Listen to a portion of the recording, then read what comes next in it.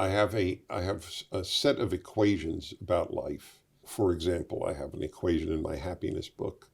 Unhappiness equals U equals I minus R. Unhappiness equals image minus reality. The difference between the image you had for your life and the reality of your life is how much unhappiness you have. I have a lot of equations. Here's another one. Affluence plus secularism equals boredom and leads to leftism. It's a toxic combination, affluence and secularism. People are bored.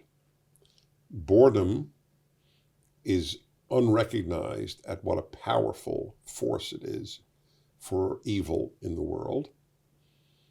What was it, the old saying? The devil finds work for idle hands? Yes, that's right. That's right. And that is entirely accurate. The entire alarmist, eccentric environmentalist movement, the world is coming to an end every 12 years, is rich, white, secular people. This is their boredom killer. What is more exciting than saving the world? I don't think I'm saving the world. I must admit, I'm trying to have a good influence, but saving the world from biological extinction, you can't get better than that. These people are crackpots, and they're destroying much of the world. Look at your energy poverty in Germany and in England. I just received here in California a notice on my phone. Curb your use of electricity, otherwise you will not have any electricity. In one of the richest places on earth, California, USA, in the first quarter of the 21st century, there's not enough power to power air conditioning. It's all because of the environmentalist movement, 100%. Someone said in Britain the other day, what did they have before candles? And the answer was electricity. Yes, that's a good one. That is a... Now, let's tease this out a little bit. You said that, modern secularists are bored and all the rest of it. This is a very interesting thing. Victor Davis Hanson talks about it, the astonishing wealth. We're here in California. Mm-hmm. Think Silicon Valley, think the tech giants. Think fewer and fewer people with vast amounts of money at a time when living standards for the middle and lower classes are collapsing. Mm-hmm. Once business leaders were ballast in many ways. They were socially conservative. They were fiscally conservative. If they lent on government, sometimes they were pretty cutthroat and sometimes they were self-interested. But they had no sort of desire to turn an entire society on its head. But it seems to me that a lot of these, t-shirted, long-haired, thonged squillionaires now telling governments what to do.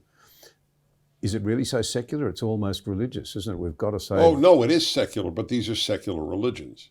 Right. Yeah, I'm contrasting secularism with Bible-based faith. That's why you and I, you're Christian, I'm Jewish. I suspect we share more values than you do with many Christians and I do with many Jews. It's worth teasing out just a tiny bit, isn't it? Because there's a couple of features about them that are really odious to my way of thinking, apart from their objectives. One is the way in which they are so merciless. If you dare to disagree, you're cancelled. You're a bad person. I have a theory on that. And the other is the way in which, the gods must be satiated. The problem is the great unwashed. There's too many of them.